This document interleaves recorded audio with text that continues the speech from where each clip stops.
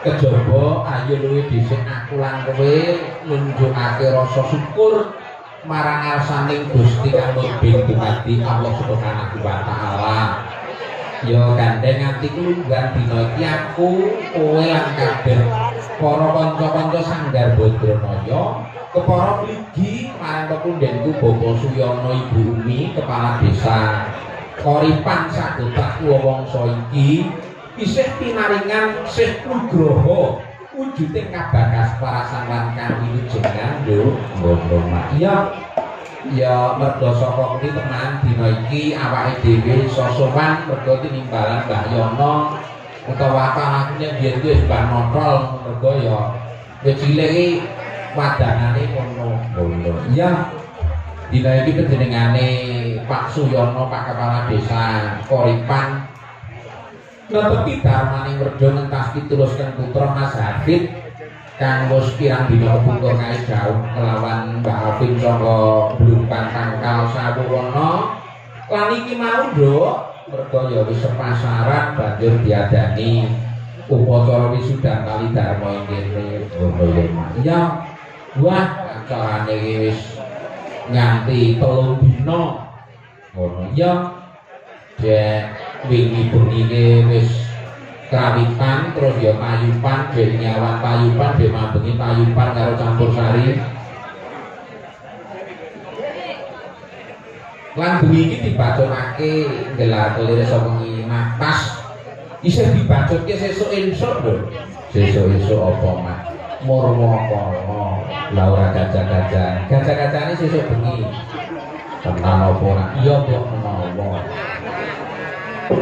iya lajar ngaturake syukur ya mak iya no mergo wong kang gedhe rasa syukur iki insyaallah Gusti bakal nikel tekokake marang kanikmatan lan kanugrahan sing wis diparingake ngono ya mak iya kita iki mau rada over sampai ke Mas Bambung dan operator wilayah anyaran ini Mas Abu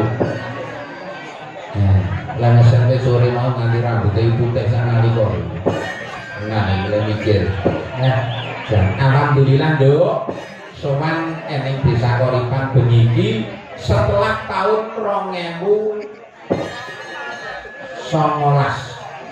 nek ora salah kayak Mbah Yono anyar-anyar ini dadi lurah nek wayangan ning kidul ngono kuwi kaya rombongane wong akeh ngene kae sik saperangane sing para pengrawit sepuh-sepuh saiki wis do nyuwun istirahat dan yo kondisi fisik ngono ya ya hasbunallahu wa ni'mal wakil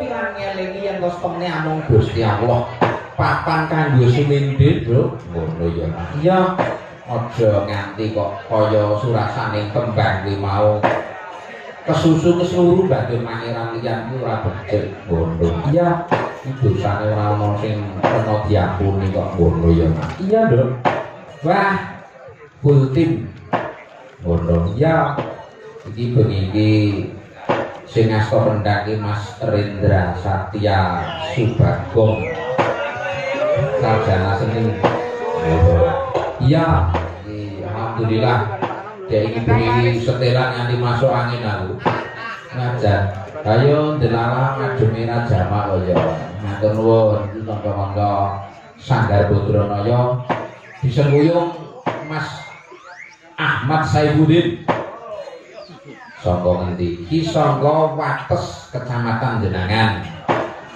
karo Mas Ananta Ti Garuda apa jenenge apa kuwi jenenge Mas Ananta Wicaksono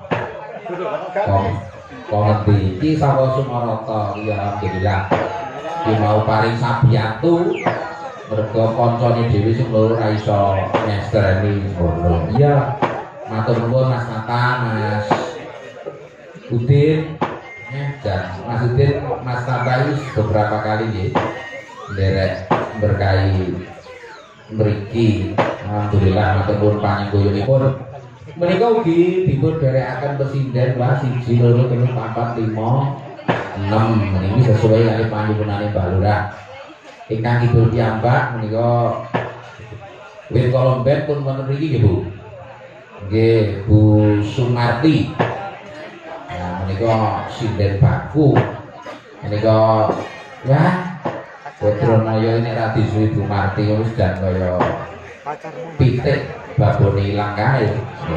Ya. Lah sing tengene iki sulis Eva Ribbon. Kok nganggo ribbon. Ha biyen iki asline nek ya ndereke awake dhewe. Iku ya kurang luwih biyen iki nyindeni awake dhewe ono nek 3 taun. Iki taun 2009 nganti 2012 Mbak Sulis nggih. 2009 2012. Nah, banjur ke Bandang yang Rembang katut masih gendha kuwi sak tengene sisan kuwi Mbak Rani kuwi ya katut merono iki ya.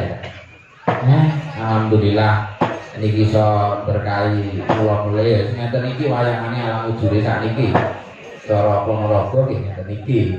Nah, menika Mbak Sulis Eva saking Blitar. Nah, iki nek konten TikTok wis familiar karo Mbak Sulis. Oh, iya. Iki nek rampung wayangan biasanya karo Pak Deminto nah wis live terus iki sing tengene iki Mbak Rani Puri Rahayu iki saka Ngambak Bungkal sing tengene meneh iki Mbak Marfuah saka Pelanggan Banjir iki nah dek mbene jare rompek leleng ngono iki dek bacang balong alhamdulillah tengene meneh iki dek iki wis nang kene iki malah ngewangi usung-usung ajang. Nggih. Lah nika saking Gajah Kecamatan Sambil. Lah sing mriki piyambak menika nggih mriku Wetan Bulan mriku. Niki Vela saking Munggu. Iki mau ya gajeke esuk nang kene sore mau nang kene meneh, Pak. Mboten. Oh, nggih. Ketoke ganti ani sore mawon.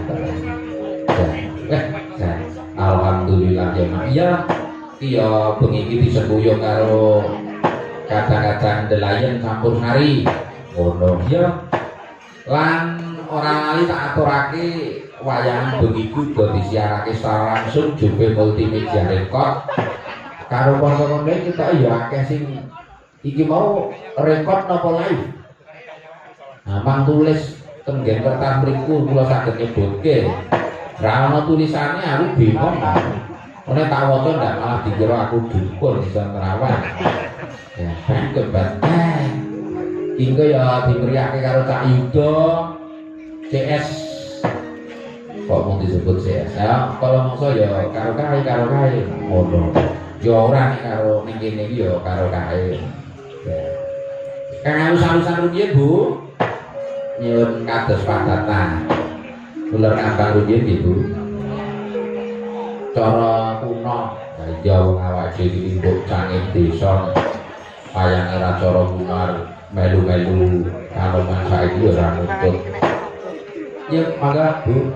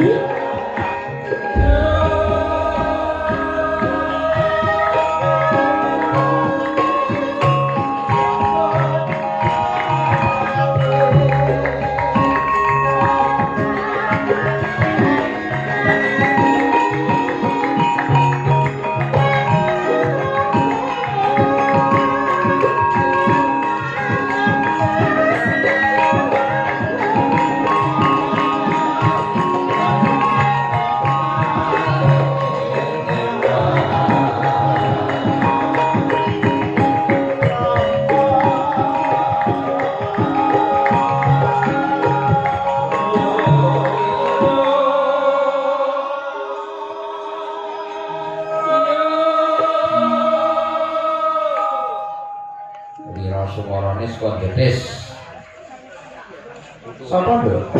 Mas Rifki. Wah, iya termasuk bintang tamu.